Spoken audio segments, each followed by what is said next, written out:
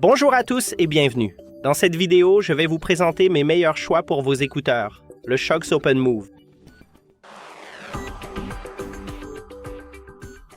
Et le premier point, lorsque vous écoutez de la musique ou que vous regardez un film ou une vidéo, vous n'avez pas besoin d'utiliser votre téléphone pour contrôler la musique. Vous pouvez utiliser les commandes.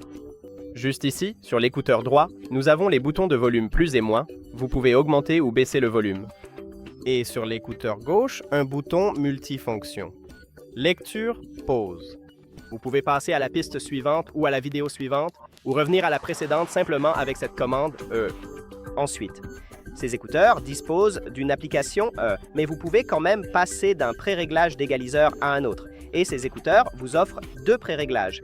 Il y a un mode standard et par défaut, il utilise ce mode et je vous recommande de l'utiliser lorsque vous écoutez de la musique, mais ces écouteurs ont aussi un deuxième préréglage appelé mode amplificateur de voix et je vous conseille d'utiliser ce préréglage si vous souhaitez écouter un podcast ou un livre audio. Comment passer de l'un à l'autre?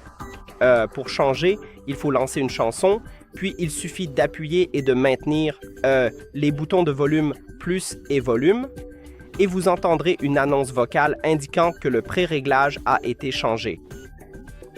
Ensuite, ces écouteurs prennent en charge la connexion double, donc vous pouvez connecter deux appareils à vos écouteurs en même temps, sans avoir à les déconnecter ni à les réappairer, et je trouve que c'est vraiment pratique. Vous pouvez utiliser un téléphone et un ordinateur portable, ou deux téléphones. J'ai aussi testé le microphone de ces écouteurs, et ces écouteurs offrent vraiment un très bon micro. Je m'entendais clairement quand je parlais doucement ou normalement, et aussi ces écouteurs ne coupent pas les bruits de la rue, mais j'entends quand même ma propre voix distinctement. Si vos écouteurs ont des problèmes, vous pouvez facilement les réinitialiser. Éteignez-les en appuyant sur le bouton d'alimentation.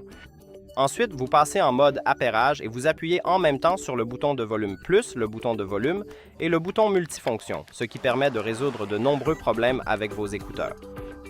Voilà, c'est tout. Merci d'avoir regardé cette vidéo. Si vous l'avez trouvée utile, pensez à vous abonner à la chaîne et à laisser un like sur la vidéo. À bientôt.